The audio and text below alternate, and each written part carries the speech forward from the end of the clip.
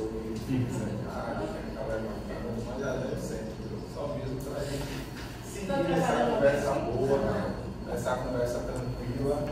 E agora, no slide, Raquel, que segue o mesmo padrão, né? Um slide preto, com as letras brancas, escrito pesquisas qualitativas, quantitativas e mistas. Tenho aprendido bastante, principalmente com os estudantes do trabalho, que tem baixa visão, e essa tonalidade mais preto, com as cores, com as letras e as fontes brancas, fica melhor para eles. Né? Eu acho que a gente vem seguindo aí nessa linha e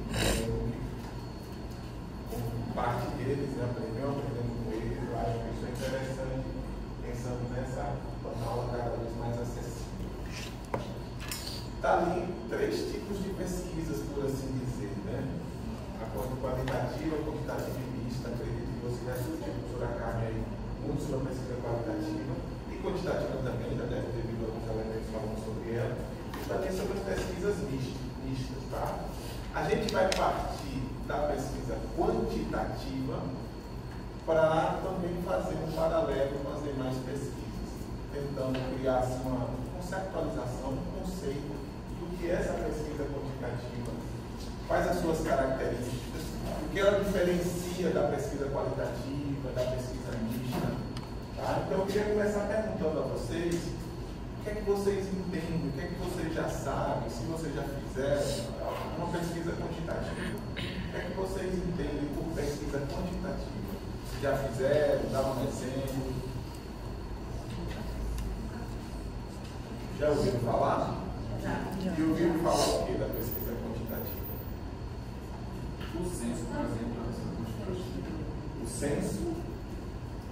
O que é que você acha? Sim, eu acho que Porque envolve números, quantas pessoas, sempre atrelado ao número, a matemática, a média.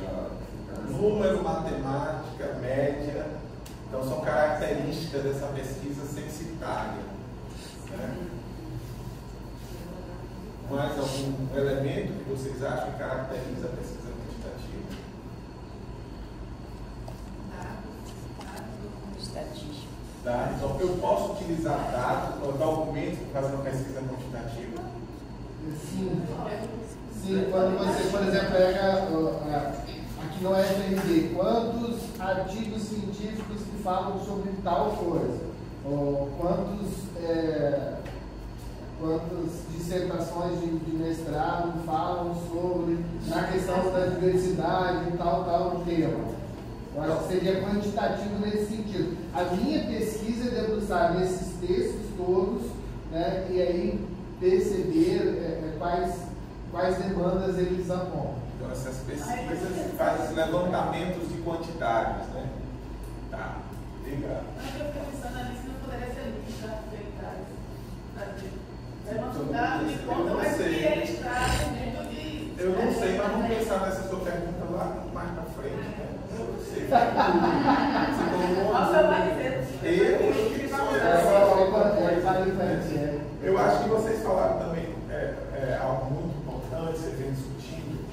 E aí, Raquel, esse slide é um slide que tem uma imagem, né, escrito pesquisa quantitativa, uma fonte da em maiúsculo azul. Tem uma imagem com o perfil de uma cabeça humana, né? E no meio tem 2 símbolos, um ligado a uma linha de diagrama com pontos e colunas que representam ali dados, né? Gráfico em colunas, e do lado algo que parece uma prancheta também, com umas colunas, que remete à ideia de um dado, de um gráfico, seja estatístico, seja quantitativo. E logo abaixo vem a pergunta que é fulcral. Vem a pergunta: qual o paradigma da pesquisa quantitativa? Acho que é interessante a gente perceber o que é uma pesquisa quantitativa, quais são as características de sua base, tentando compreender de quanto que ela surge. Ou qual o paradigma dessa pesquisa quantitativa. Qual é o paradigma da pesquisa quantitativa? Para a gente falar de paradigma, e eu acredito que vocês discutiram muito isso aqui, né? Só estou trazendo de forma de retomada mesmo, tá? Nesse primeiro momento, é interessante a gente refletir e retomar sobre o conceito de paradigma. E aí eu vou trazer algumas ideias desse livro, um livro bem interessante de Uba e Lincoln, né, de 94, apesar de ter esse tempo, esse corte temporal aí de algumas décadas, mas ele ainda é muito atual, muito utilizado ainda na discussão sobre paradigmas, sobre a compreensão do paradigma, as características do paradigma. Tá? E aí, desse slide, eu vou ler tudo que está no slide, depois eu volto para ler ponto a ponto. Então, está escrito paradigma, Uba Lincoln, 1994. Depois vem o segundo ponto, escrito conjunto de crenças filosóficas fundamentais que orientam a maneira como a pesquisa é concebida, é executada, interpretada. Depois vem o terceiro ponto, escrito abrange pressupostos ontológicos, entre parênteses, sobre a natureza da realidade, epistemológicos, entre parênteses, sobre a natureza do conhecimento, axiológicos, entre parênteses, sobre o papel dos valores, metodológicos, entre parênteses, sobre como o conhecimento é produzido, dentre outros aspectos aqui. E ainda um terceiro ponto, que diz que o paradigma, ou esse conjunto de crenças, moldam a escolha dos métodos, a interpretação dos dados e até o que é considerado uma pergunta científica válida. Então, nos parece, esse é o slide que eu acabei de ler, eu volto para o início dele. Paradigma, eu diria assim, de forma bem, bem inicial, é o ponto de partida da pesquisa. Só que é aquele ponto de partida invisível, tem uma certa invisibilidade, que diz respeito à visão da pesquisadora, à visão do pesquisador sobre o mundo, sobre a realidade, sobre o conhecimento,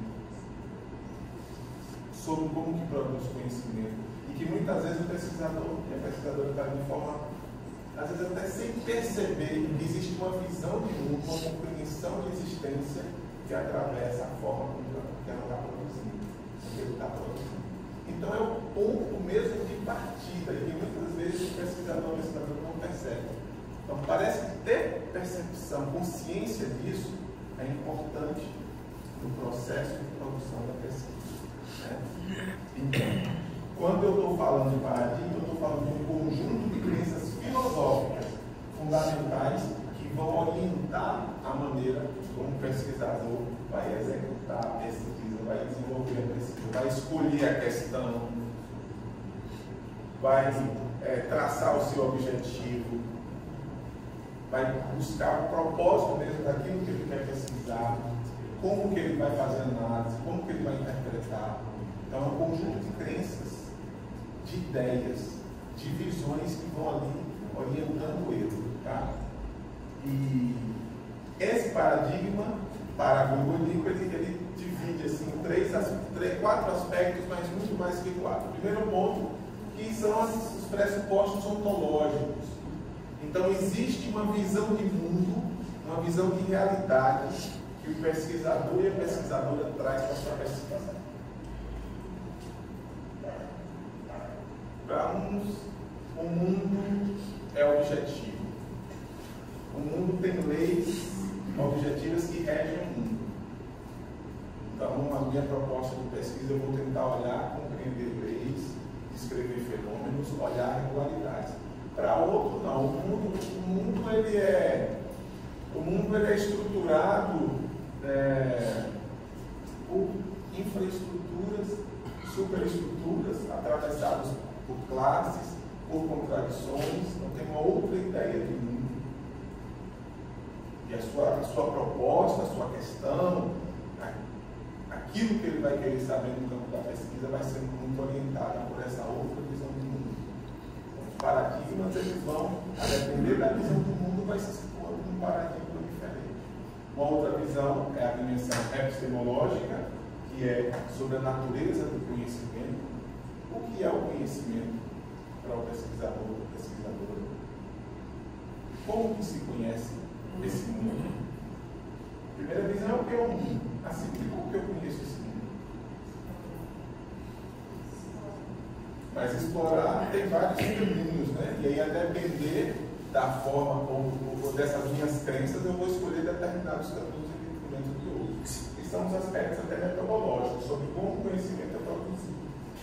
Quais caminhos se utiliza para conhecer esse mundo? Para conhecer essa realidade, esse fenômeno, esse acontecimento, esse fato. E ainda os aspectos axiológicos lá dentro, tem o papel dos valores. Né? Pesquisadora, né? Traz valores para aquilo que pesquisa. Toda pesquisa é arbitrária, de certa forma. Quando você escolhe uma pergunta para responder, você deixou várias, tantas outras que você não vai querer responder. A forma como que você interpreta, os dados que você escolhe publicar, tudo tem uma escolha. Né? E muitas dessas escolhas está iluminada e orientada pelos os valores do pesquisador e da pesquisadora. Interessante, professor, você trazer esse ponto que a gente discutia umas quase 7 semanas atrás, essa questão do como escolher determinados delineamentos para a pesquisa. Você precisa, de certa forma, ter na redação final. Eu não sei se está lembro desse episódio, mas é uma dúvida que a gente teve dentro daquele momento mesmo. Como a escolha, de certa forma, acabava impactando na redação final. Como o pesquisador tem esse poder de filtrar e, de certa forma, delinear, né, o percurso. E é interessante que você, pesquisador, tenha consciência disso e traga isso para a sua própria pesquisa, né? O seu viés. Tá? A ideia do paradigma, de certo modo, é isso. O pesquisador ele tem um viés. Fora, o que a gente vai ver, fora se eu tiver um paradigma positivista, que aí o pesquisador ele era neutro. O pesquisador ele não interferia na pesquisa. Então, a ideia do viés, fora do paradigma positivista, é totalmente aceitável. Então, a gente tem isso, tem um aluno aqui que está fazendo um doutorado sobre isso. Porque desde o primeiro dia de aula, ela só quer saber da neutralidade do pesquisador. Não é? Não é. A professora, mas o pesquisador vai ser eu? Não é difícil ser neutralidade, mas ela vai fazer uma tese, doutorado, pós-doutorado, assim, isso não vai dizer, não vai estar certo. Mas é um questionamento constante dela. Eu acho que a partir dessa ideia dela, que é muito presente, assim, eu tenho muita dúvida. Eu acho que é uma dúvida que as pessoas não expressam muito e que é o que a gente chama em etnografia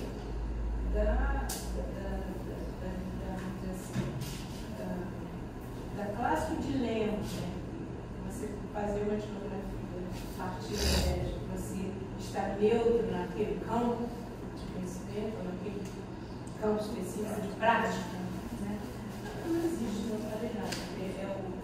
É a dicotomia maior da etnografia, justamente essa. Você está presente nas coisas, você interferir, mas não. Você pensar que não está interferindo, interferir. Então, é o grande nó tanto da pesquisa quantitativa. Uma das críticas à pesquisa, ao paradigma positivista, foi justamente essa, né? Essa questão da neutralidade. A física quântica, quando chega, vai mostrar isso. A neutralidade não existe. Mas você querendo analisar uma parte, mas da presença do ato observador interferir no movimento da partícula. A física quântica traz uma contribuição e começa a contestar essa ideia de não interferência. Nem nos aspectos micros dessas análises, a interferência ela está dada. Mas ela tem limite, né? Oi? Ela tem limite, né? No caso, você está vendo a perspectiva do sujeito. Porque quando a gente vai para campo, a gente tem hipóteses, né? A gente, às vezes, pensa no fenômeno. É sempre uma coisa, como, por exemplo, quando eu fiz a minha pesquisa da minha monografia, eu estava investigando a relevância social da predominância para a questão do tipo de comunidade, dos sujeitos que foram egressos da escola familiar que fechou, e eu conhecia aquela pessoa da comunidade e eu conseguia como eles eram políticos, como eles eram não era de associação, tudo envolvido com essa questão política lá em Brejões. E eu queria entender qual é a diferença, né? E serem assim, todas as pessoas, vão ser mulheres ou homens. E quando eu fui pensar nisso, eu já fui pensando, eu fui com pensamento assim, um pouco de coisa sobre aquilo. E aí teve coisa que foram refutadas, não era muito simples do jeito que eu pensava, mas de fato, um tempo de comunidade, conhecimento científico, aplicado à comunidade, aqueles momentos de interação que existia dentro da família, de fato, faz aquela formação diferenciada. Né? Então, quando eu penso assim, aí você vai com hipótese, mas chega, algumas se refutam, outras se aprimoram, outras são, né? Surgem outras possibilidades, né? Eu acho que a gente não vai com a resposta, porque eu estou pensando na pesquisa, né? Já nada coisa pronta. Eu fico pensando que pode ter elementos ali naquela pesquisa, que eu, naquela resposta, na coleta de dados, que eu quisesse contestar, mas eu não posso. Baseada nessa minha, baseada no que eu trago, né? Porque é um fato real e explícito, eu não posso tirar, pode tirar na pesquisa. Não, porque quando você investiga um fenômeno, depois você quer colocar na minha base da escrita.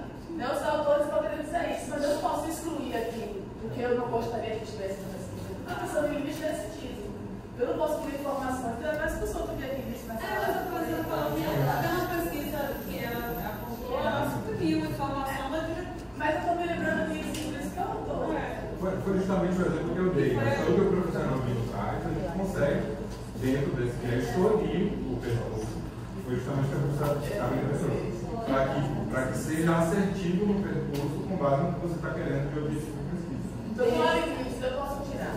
Desde que você declare quais são esses limites e possibilidades desse caminho, dessa trajetória ser atravessada por determinados aspectos. No caso, você omite, mas você diz que omitiu.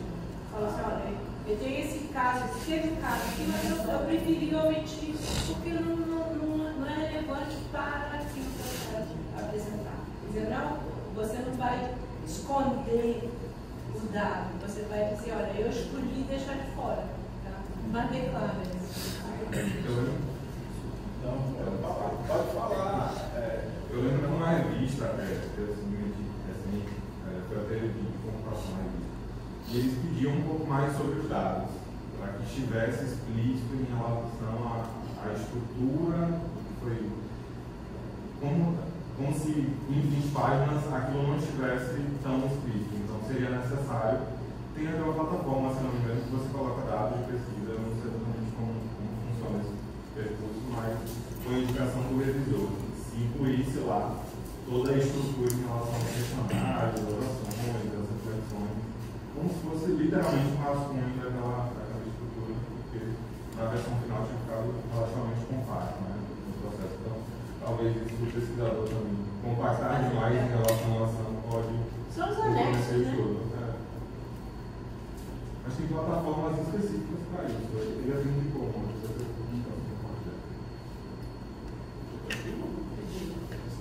Pronto. Fechando essa questão aqui do paradigma que trata desse conjunto de crenças que moldam a escolha dos mestres, a interpretação dos dados e até o que é considerado uma conduta científica básica. Eu acho que é interessante a gente perceber, né, que esse conjunto de crenças vai assim, ó, refletindo, ressoando em toda a pesquisa. E é interessante que a gente perceba isso, que as lentes teóricas elas acabam refletindo em todas as partes, sobretudo na questão, que é aquilo que você quer saber, pesquisadora, aquilo que você quer saber, pesquisador. A questão de pesquisa aponta para aquilo que você quer saber. E qual foi a pergunta que você fez na sua pesquisa? Você falou? Eu queria saber a relevância social da pedagogia da alternância para os atores da escolar e da escola familiar. Você percebe que a sua pergunta está enviesada teoricamente e dentro do conjunto de crenças? Sim, essa pergunta é sua. Você consegue perceber? Não é uma pergunta neutra, simples. Então, percebe que o paradigma e esse conjunto de crenças, essas lentes teóricas, nos induz a fazer determinadas questões em detrimento de outras. Todas que também, pela minha lugar de fala, né? Isso não é mais importante para mim, poderia ser uma professora, porque tem outra vivência, né? Isso é um elemento que você vai estar trazendo nesse seu percurso, seja no campo profissional, existencial, acho que são elementos que que te ajudam a problematizar algo. Né? Então, aí, gente, não perder de vista aquilo que você já vem discutindo aqui no componente, que é a ideia do paradigma. Tá? E quando a gente fala do paradigma, olha só alguns que a gente traz aqui.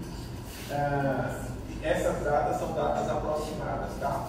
Naquela, o slide mantém o mesmo fundo preto com as letras fontes brancas, está escrito alguns paradigmas. Aí está na sequência de alguns paradigmas que nós colocamos. Positivismo, entre parênteses, está um ano aproximado do surgimento. Tá? É um recorte mesmo, é muito aproximado.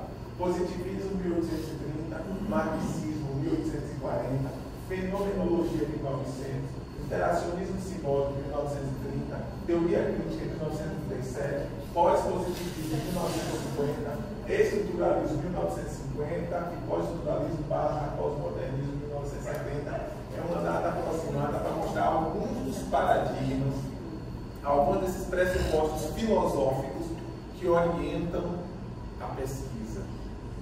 Então, é interessante a gente perceber como o percurso histórico, existencial de cada um, alguns podem se aproximar, das leituras, né, de cada um se aproximam mais de um ou de outro paradigma. Tá? Esses paradigmas alguns surgem como críticas a outros paradigmas, como por exemplo, o pós-positivismo, ele surge muito criticando o positivismo, não é criticando, questionando o positivismo. A ideia positivista de certeza, de verdade, né? de lei, essa coisa de explicar o mundo pelo número, através do número, o pós-positivismo vai questionar isso. Vai falar, as verdades elas são parciais. O conhecimento científico ele é parcial, ele é passível de falseabilidade. Há probabilidades aqui, não há uma verdade absoluta. Então, o pós-positivismo ele surge com os nomes, né? Alguns dos nomes que já foram apresentados aqui são do próprio positivismo e outros do pós-positivismo. Então, assim, e ainda tem aquelas coisas que a gente, quando pesquisador, faz, que é meio, não vou dizer maluco, mas é meio assim, depois a gente para fazer um negócio desse, né? Às vezes a pesquisa nossa, a gente não fica nem um paradigma, nem outro. A gente cava um lugar entre um e outro.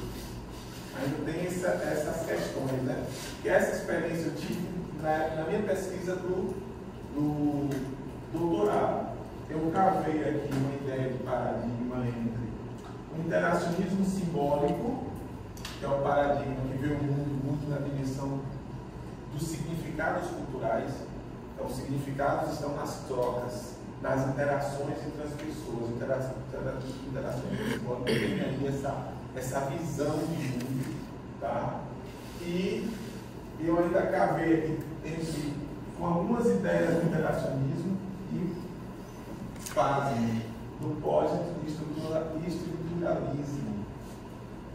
O pós-estruturalismo surge como uma crítica, um questionamento ao estruturalismo, que viu o mundo como só processos de estruturação. O mundo tem essência, as verdades elas são essencializadas, o conhecimento é essencializado, a linguagem ela é centrada, ela é estruturada, ela tem significados últimos. O pós-estruturalismo vem fazendo esse questionamento de uma linguagem descentrada. Se existem processos de estruturação ocorrendo no mundo, também existem processos de desestruturação ocorrendo. Então, nomes como Foucault surge trazendo essas ideias aí, pós-estruturalistas. Então, eu fui aqui, cavei um lugar entre o interacionismo simbólico e o pós-estruturalismo para olhar usos de linguagem numa sala de aula na formação de professores de matemática no contexto da educação do campo. Eu vou para o campo querendo olhar essas trocas de significados, como que os significados são partilhados, algo muito do interacionismo. Só que o que é que eu vou ver lá? Eu vou ver muito mais do que as trocas, esse compartilhar significados. Eu começo a ver conflitos, tensões, sobreposições de usos de linguagem. Eu começo a ver processos que não estão no centro, por assim dizer, do que acontece na sala de aula, estão nas periferias da sala de aula. usos e linguagens outros. Então, fui cavar aí colocar lentes entre esses dois paradigmas para construir uma questão, um propósito, tá? Então, acho que é interessante a gente perceber como que a gente geralmente está situado no paradigma, tendo consciência ou não dele. É importante, quando você tem consciência, traz isso do mesmo da sua pesquisa. E por que nós trouxemos isso para perguntar a vocês, tá? Mas já que a gente vai falar da pesquisa quantitativa, qual paradigma que vocês acham que essa pesquisa quantitativa se serve? Surgiu uma imagem, Raquel, ali com a seguinte questão: qual é o paradigma da pesquisa quantitativa? Qual desses aí vocês acham? A pesquisa quantitativa está nesse paradigma, ou nesse, ou em todos, ou em nenhum? O que é que vocês acham? Positivismo? Por que positivismo? O que é que vocês acham? Por que o positivismo? Bom, sim.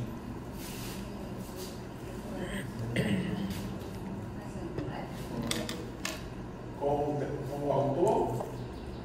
Como autor que ela deu? Aqui o positivismo do Skinner. Tá.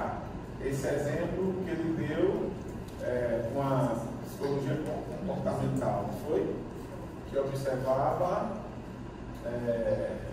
a partir de hipóteses, né? Eu acho que o exemplo que ele deu parte de uma teoria, né? A parte de uma teoria, não vou fazer a observação. Exatamente. E as demais, e os demais, que paradigma, que conhecimento, que crenças teóricas, filosóficas são que orientam a pesquisa quantitativa? Se eu posso estar equivocado, mas eu acho que depende do pesquisador, porque ele vai trazer todo um arcabouço de acordo com as suas vivências e o seu olhar para aquela pesquisa. Então vai depender desse pesquisador e do que ele vai trazer como ponto, porque talvez o que seja importante na visão de Paloma, na trajetória de vida dela, não tenha essa posição de visão para mim, para qualquer outro pesquisador. Eu acho que vai depender muito desse lugar. Para que você possa também se atrelar a uma linha de raciocínio, né? Eu penso que eu posso Então, você acha que a gente pode trabalhar com pesquisa quantitativa em qualquer um desses paradigmas? talvez até não.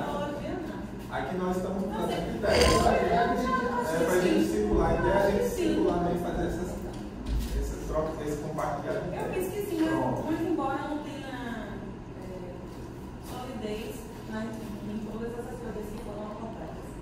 Mas eu penso que sim. Quem mais? Vai que o Pedro não falou como disse, mas foi agora. Eu precisaria analisar cada paradigma. Tá. Olha, a gente não vai poder usar cada um deles, discutir cada um deles. Vamos discutir dois. Eu ia falar que sugerir para vocês mesmo, porque eu vejo o positivismo, mas tem muita coisa institucionalista. Você ia falar? Era esse que você ia falar? Eu ia falar do positivismo e pós-positivismo. Porque ajuda vocês a perceber esse surgimento da pesquisa quantitativa e qualitativa e quais as diferenças que estabelecem entre elas, que é algo que ainda, por mais que a gente vai estudando, vai achando que já tem todas as nuances dessas diferenças, às vezes não, tá? Então é muito nesse sentido.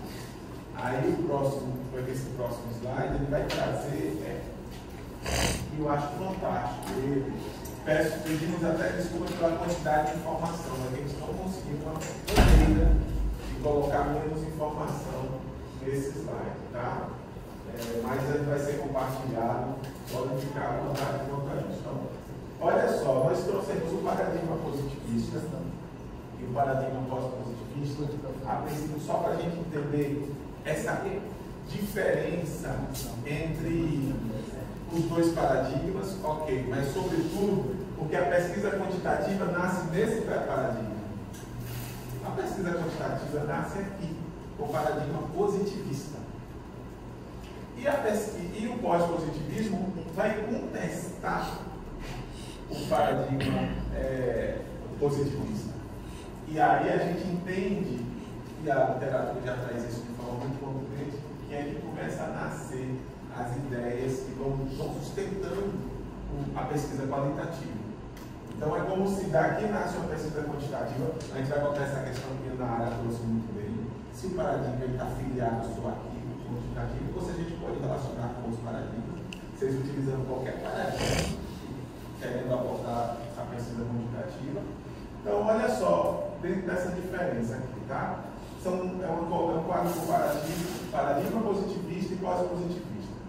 São 3 colunas, aqui é uma tabela, né? Na primeira é a dimensão, ontologia, epistemologia, objeto, da pesquisa de metodologia, e aí comparando. O paradigma positivista, olha o que é o mundo, olha a visão de mundo para o paradigma positivista.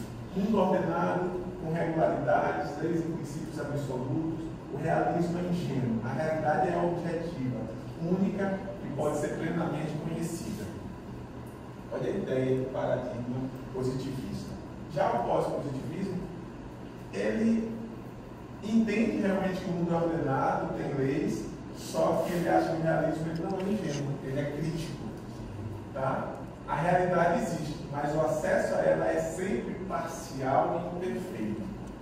Então, se aqui vai nascer a pesquisa quantitativa, aqui está para tratar a pesquisa quantitativa sobre os moldes da análise e do método matemático para explicar o mundo, o pós-positivismo está dizendo, não, mas isso aí é parcial, é imperfeito. Eu poderia dizer que realmente 2 mais 2, o meu percurso profissional da pesquisa pode não ser 4.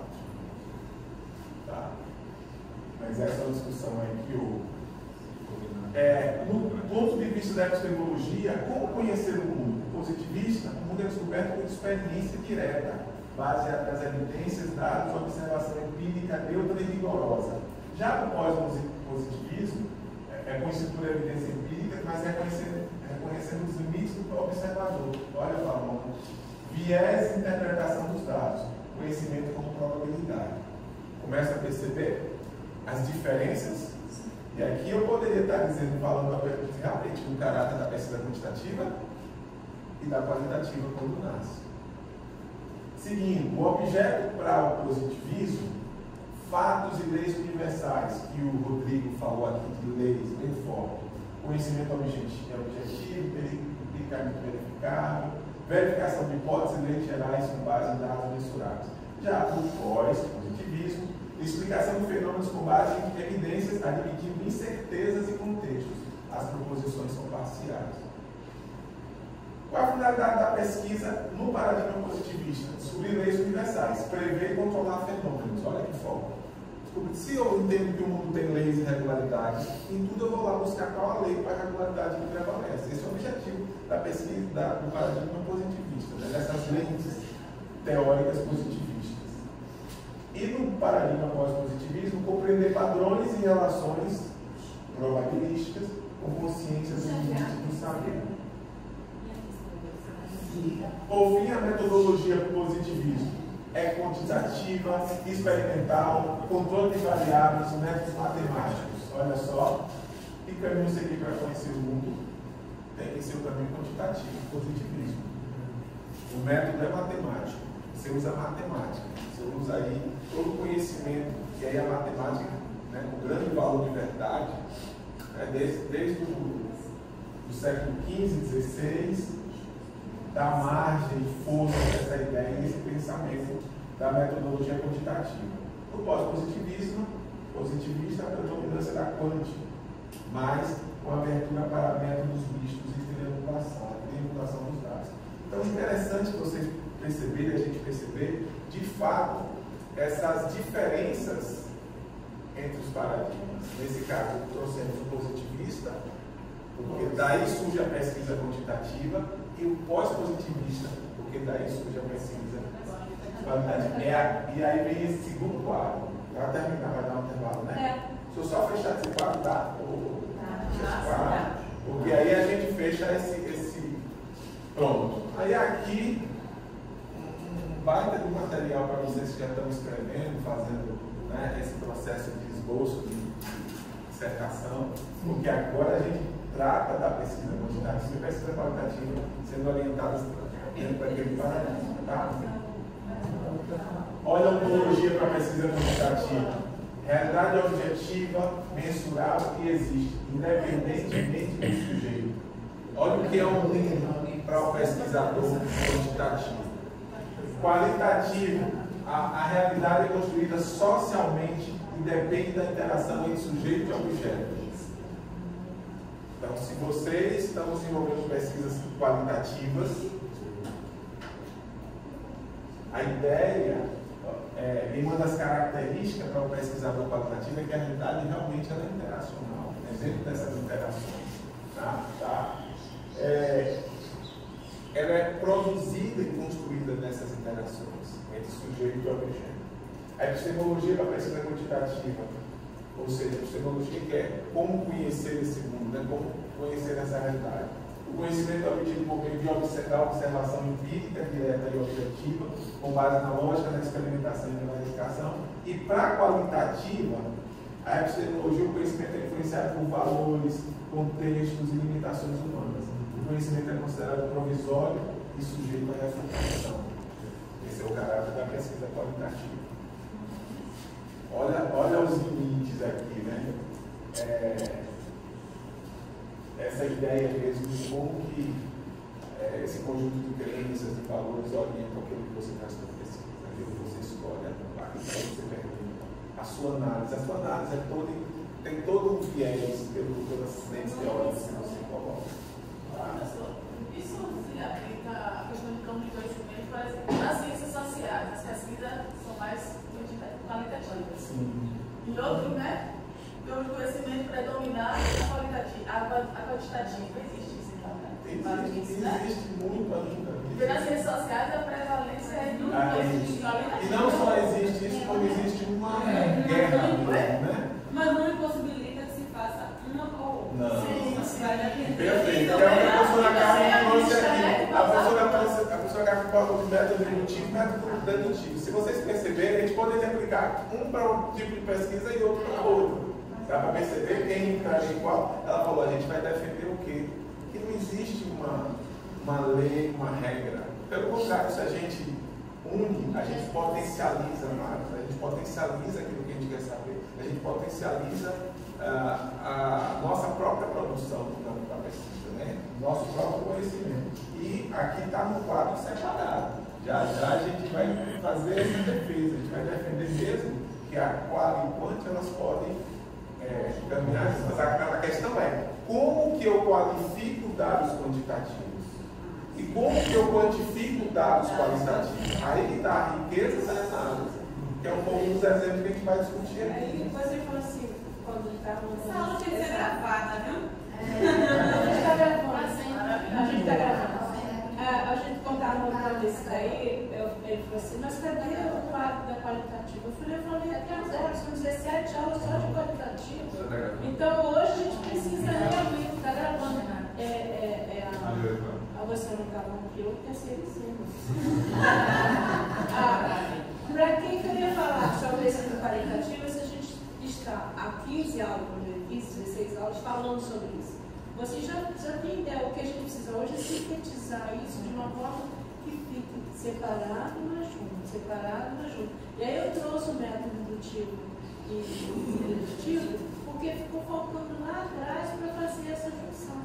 Né? Então, por isso que eu tive a aula prontinha de método qualitativo. Eu falei, não vou fazer isso, porque isso a gente já foi repetir tudo de novo. Paradigma, né? Deixa ele dar conta do paradigma segundo uma menção quantitativa e a gente vai um pouco sumarizando, ou reduzindo, ou resumindo o que a gente já fez sobre o estudo qualitativo. Por isso que você ficou indagando. Mas por que inclusive dedutivo? Porque justamente é o que precisava para fazer essa soma. E agora você deu aqui, se vocês olharem essa coluna aqui, nós já passamos por toda essa trajetória. Não é verdade? Todas elas. E eu vou fazer a defesa que trabalhar com pesquisa mista é compreender esses dois tipos de pesquisa. Quando a gente compreende os dois tipos, a gente consegue trair delas todas as ferramentas para a gente potencializar a nossa análise. Porque às vezes você vai para campo com um olhar qualitativo, você vai observar percepções dos sujeitos. Só que vai surgir um dado quantitativo ali que às vezes passa desapercebido que vai te dizer muita coisa. Né? Dentro dessa percepção dos sujeitos. Oi? Eu conseguia ver mais pelo lado qualitativo. Aqui eu já estou conseguindo visualizar como você falou. Não pode só uma visão qualitativa. Exato, assim, exemplo só para a gente começar a nossa conversa. Assim. Você vai querer olhar percepções dos professores sobre os desafios que eles enfrentam para trabalhar a acessibilidade, a inclusão na sala de aula. Você vai ter esse olhar também. Mas quando você vai ouvir os professores, aí fala formação específica. A escola tem 30 professores, 20 falam de formação específica. Aí você, nossa, a frequência daquele dado ali já está te dizendo alguma coisa. Por que não falaram tanto do apoio da escola, dos materiais? Por que a formação? Então, olha só, é um dado quantitativo que diz respeito à frequência. E a gente agora vai pegar esse dado e fazer o quê? Uma análise qualitativa de um dado quantitativo. Aí, traduzindo o quantitativo dentro do qualitativo que eu assisti esses meses, essas semanas todas, é que é preciso fazer um levantamento de uma visão bibliográfica para você mapear a preponderância de determinado tema, de determinadas categorias, de determinados exemplos, de determinadas situações, porque é quantitativamente que você vai qualificar aquilo que você está estudando. Mas se você desconhece a essência, as categorias próprias, os temas predominantes, você vai partir de onde? Bem, eu estive olhando esse tema e em 50 pesquisas que eu levantei no ASTI ou no EndNote, ou qualquer programa de levantamento de dados que você tem, no Cielo tinha tanto, no Google Maps, no Google Acadêmico tinha tanto. Eu cheguei à conclusão de que eu estou sozinha nisso. O caso, por exemplo, da Laila. Nós vamos ter uma olhada assim, ano passado, eu tentando me meter no trabalho dos outros, eu sempre faço isso. Então, nós vamos fazer um levantamento de matriz de estudo, de trabalho de campo, que ela está criando isso. Não tem, quer dizer, tem tão pouco que vale a pena um investimento até para se construir uma teoria sobre isso. Esse tema é muito precioso no campo de estudo das escolas do campo, porque não tem nada praticamente. Tá? Da mesma forma, os estudos que eu fui fazer um dossiê sobre etnografia, descobri que sobre autoetnografia tinham 3 artigos em português.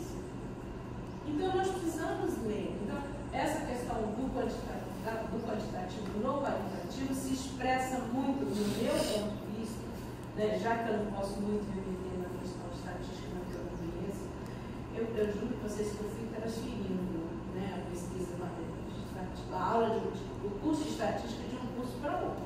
Então, eu tenho uma certa dificuldade. Então, a gente traduz isso na visão de literatura, que eu acho que é a forma mais honesta, se a gente pode usar essa palavra, a forma mais simples de fazer o aluno entender que não dá para partir do vazio. É isso. Então, vou fechar aqui, para a gente ir para o intervalo. Paramos na metodologia. Olha o tipo de dados da pesquisa quantitativa. É numérico. A pesquisa quantitativa trabalha com dados numéricos, quantificável, estatístico. São as frequências, as médias, as porcentagens, as variáveis.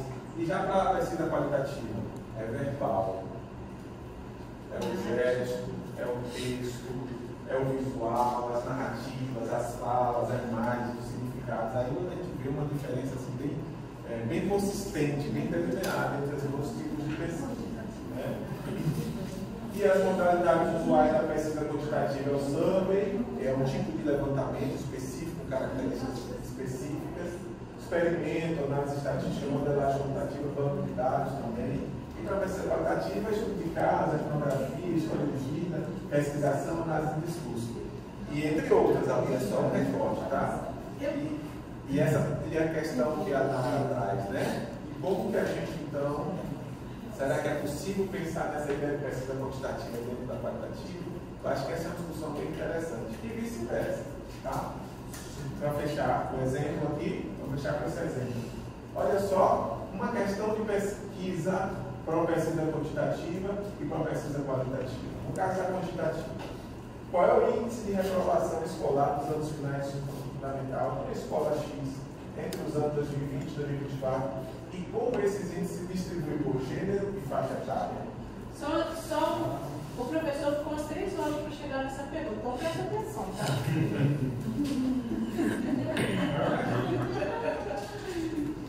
Olha só as características que indicam que é uma pesquisa quantitativa.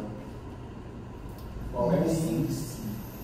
Olha aquilo que a pesquisadora, qual é o índice de reprovação escolar daquele segmento, né? Daquele segmento específico. E como esse índice se distribui. Então, além de eu olhar a frequência aqui, eu vou olhar aqui uma distribuição. Posso calcular com a média, né? A mediana e a moda. Com esses 3 conceitos do campo da estatística para responder essa pergunta. Mas eu vou usar a base toda é matemática. Né? A pesquisa qualitativa, dentro desse mesmo contexto aí, eu poderia perguntar quais são os fatores percebidos por professores, estudantes e gestores da escola X como causa da reprovação dos anos finais do ensino fundamental. Então eu vou aqui ouvir os participantes e vou criar aqui o que? Fazer uma leitura interpretativa das narrativas, das falas, das percepções dos participantes sobre as causas da reprovação. Não vou trabalhar com dados numéricos necessariamente, né? Interessante que tanto de uma questão como de outra pode surgir. De lá pode surgir um dado que eu vou ter que buscar uma análise qualitativa, como de cá eu posso também buscar surgir um dado. Diz ali, qual o índice na quantitativa? Aí você pode, depois dos dados, perceber algo que já vai partir. Por exemplo. Aí você vai descobrir por quê, não vi aquelas. Exatamente. Você vai surgir ali, por exemplo, a questão do gênero, né? Essa é uma distribuição do gênero. Você pega e tem um gênero que tem lá um índice muito maior. Isso te chama a atenção, é um dado gritante para dizer assim, agora eu quero saber por que esse gênero tem menos dos outros. Então, essa análise aí, ela vai ser qualitativa. Porque você vai precisar entender um pouco mais a complexidade daquele contexto. E aí, seja ouvindo na escola, seja buscando mais dados, enfim, entender melhor aquela realidade. Né? E aí é só para a gente ir demarcando que as questões, elas dão dentro dos tipos de pesquisa. Agora eu posso fazer uma que já traga as dois tipos de pesquisa. Eu posso fazer uma questão que eu diga, a minha pesquisa é qualitativa e quantitativa. Quantitativa, como geralmente chama. Tá? Apresentarei depois do. Isso, eu fiquei perguntando o que é possível. Assim, hoje, assim, na atualidade, aqui está sendo muito pouco o pesquisador para fazer uma pesquisa-chave quântica. E essa junção, ela não provoca alguns equívocos nessa caminhada do pesquisador. Não, a junção, ela tende a dar mais ferramentas e potencializar a tua análise, enriquecer a tua análise. Enriquece, né? Enriquece a tua análise. Agora precisa ser feita com consistência. Né? Essa é a questão. E aí eu vou ter mais, digamos, mais trabalho, mais dedicação de tempo, né? Porque eu vou estar permeando aí 2 caminhos, né? Mesmo que tem uma convergência? Não, o caminho é o mesmo. As ferramentas que você vai trazer mais ferramentas de análise. São as ferramentas de análise que você. O caminho é o mesmo. O qual e quanto é um caminho. É um caminho. É um caminho. Né? Mas as ferramentas é que você vai, sei lá, você pode, ao mesmo tempo que fazer uma análise de discurso, você pode usar uma análise de frequência. Porque aquele discurso que você vai fazer, ele, naqueles cenários, a frequência dele foi muito importante. Então você vai começar discutindo essa frequência, que é quantitativa, vai trazer ela, como que ela surge dentro daquele cenário, mas aí depois você faz a análise qualitativa, porque você também vai fazer análise do discurso, né? Então essas questões, elas... Como é que você exemplificou que o dado, dentro daquela proposta, foi a questão da formação do professor? E aí, diante desse dado, diante dessa pesquisa que foi uma quali, né? Esse dado quantitativo me mostra algo que eu vou ter que buscar uma ferramenta qualitativa para compreender melhor aquele dado. Por quê? Por exemplo, dados subnotificados. Vai fechar mesmo agora. Um exemplo. Eu tenho um trabalho de pesquisa que está conversando com o professor Luciano Gomes, que é fazer um levantamento das pessoas com deficiência no município de Irará. A gente está fazendo os recortes comunitários, mas a gente começou a olhar o município de Irará. Aí eu fui pegando os dados, né, fazendo esse levantamento quantitativo. E os dados que chegaram até nós foram uma quantidade, puxa, 27 pessoas, né, aí estava até olhando uma rede educacional, 27 estudantes. Eu achei pouco, mas foi que a secretaria nos deu. Quando a gente vai conversar com a comunidade, os estudantes da educação do campo, a gente começa a perceber que existem pessoas com deficiência na comunidade, estudantes, que não são registrados. Há uma subnotificação. Aí, puxa, olha só que coisa interessante, não é só essa quantidade. E aí, por que essa subnotificação? A gente começa a perceber que a questão da concepção da ideia de deficiência ainda está muito preconceituosa. Pais e mães não querem que fale que o filho é deficiente. Então existe assim, um conjunto de coisas, mas para você saber isso, agora você tem que sair. Você pega o dado quantitativo, você vai para outra análise, né? Que são as percepções e as ideias da deficiência naquela cultura, naquela comunidade, naquela rede. Né? Os equívocos que existem e as repercussões existem nas pessoas e como elas ficam alheias, né?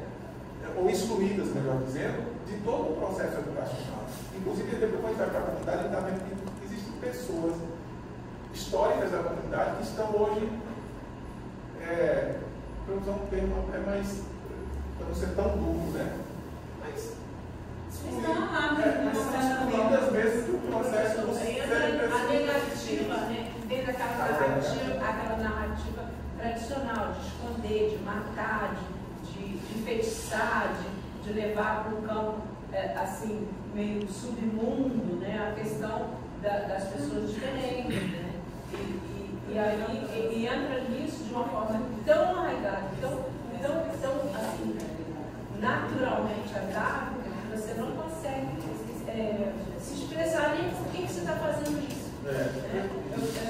Muita gente, inclusive, isso tem dado muito, ultimamente, no caso da relação familiar, tem dado muito divórcio, porque o pai culpa a mãe por a criança ter nascido com deficiência. E aí acaba assim, não, esse filho não pode ser meu, porque eu sou perfeito. Então eu vou abandonar aquela mãe com aquela criança deficiente, ao Deus dará. Gente, assim, classe média alta, com poder aquisitivo, fala assim, não, esse filho não pode ser meu, porque eu não posso gerar uma criança deficiente. Então, não, só pode ser problema seu, deve ser da sua família. Da sua família. E o pai não reconhece. E às vezes os dois não reconhecem. Essa análise não é quantitativa. Agora, professor, no caso, me perdoe, né? Interromper novamente. Mas essa pesquisa de Irará, que ela vem com esse cunho, ela é micro, mas que ela pode vir com macro. Porque esse ponto, por exemplo, não acontece só em Irará. Aqui em Feira de Santana também, e a gente, né, tenta fazer um trabalho junto aos pais, mas eles realmente têm essa limitação de compreender, e eu sei que é uma questão dolorosa, foi até a abertura do seminário, eu falei justamente isso, entre o ideal que você tem quando você gera filho e o real. Então, o ideal e a realidade acaba mexendo muito com as questões familiares. E aí, colocar isso para a sociedade vem aí com uma série de questões, né?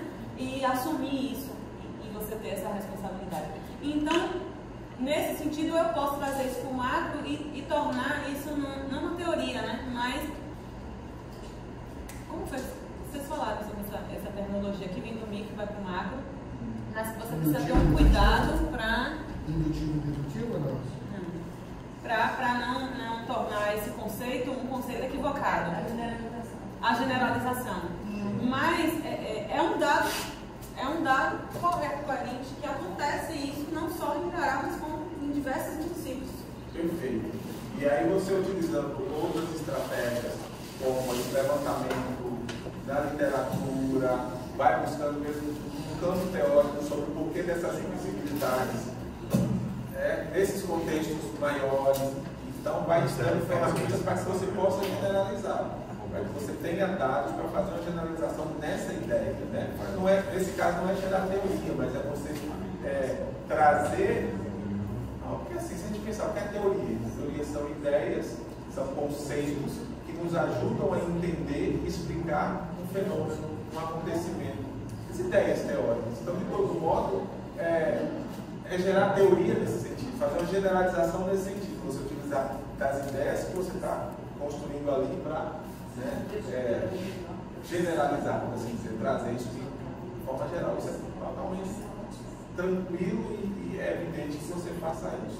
Analdina, então, sua ideia foi a pesquisa quantitativa. A primeira fase foi quantitativa. Mas aí ela está com a socialista. Porque a gente acaba, não, é isso, a gente pega o dado quantitativo e precisa ver qualidade. Mas acaba com a socialista. Pode, sim, pode. Isso potencializa. Mas tu falou, né? Isso potencializa. A ideia inicial foi. Agora sim, necessariamente eu não preciso dizer que agora eu estou saindo do quantitativo para o qualitativo. Eu estou analisando, são três coisas diferentes. Eu tenho uma pesquisa quase que é mista. A minha pergunta, o que eu quero saber, aponta isso. Uma dimensão quantitativa e qualitativa. Eu tenho isso como propósito de pesquisa. Não foi o caso. Nós não tínhamos isso, o quantitativo e o quali, a priori. Né? A ideia mesmo era compreender esses corpos não normativos naquele lugar. A gente precisa primeiro, para a primeira fase, levantar eles, fazer o levantamento médico e tal. No levantamento é que a gente começa a perceber essas questões quantitativas que a gente precisa fazer uma análise qualitativa. Então nós estamos fazendo uma análise qualitativa de dados quantitativos. Não é a pesquisa que passou a ser qualitativa. É diferente, porque a pergunta dela não é. Isso, a pergunta é fulcral, é fundamental. Por isso eu estou botando perguntas diferentes.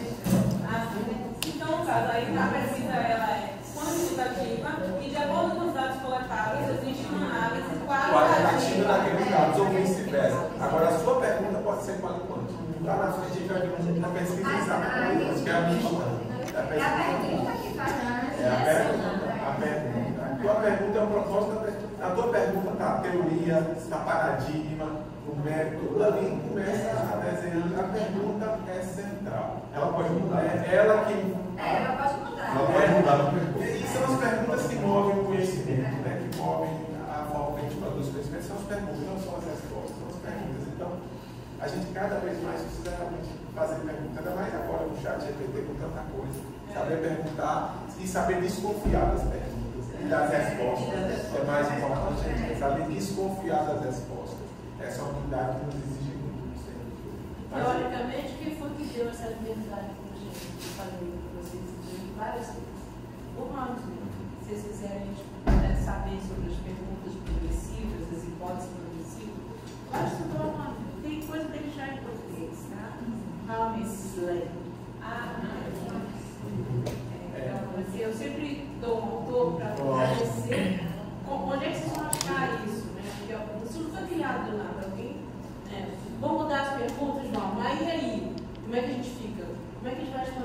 professor. O professor diz assim, mas por que você mudou a pergunta? Fica assim, porra, mas não me permitiu. Já que a gente está nesse contexto, né, de perguntas, não necessariamente perguntas do trabalho, se eu lembrei agora o nome da Lazar da plataforma que eles perguntaram sobre as perguntas do questionário que eu fiz na questionário. A plataforma é Zenodo Conforme. É tipo um repositório, Zenodo. Eles pediram para incluir lá, nesse repositório, as perguntas do questionário. Foi da avaliação do artigo? Avaliação do artigo. Avaliação também. Toda avaliação é exata, mesmo quem avalia os nossos artigos. Gente, hoje é aniversário da Laia.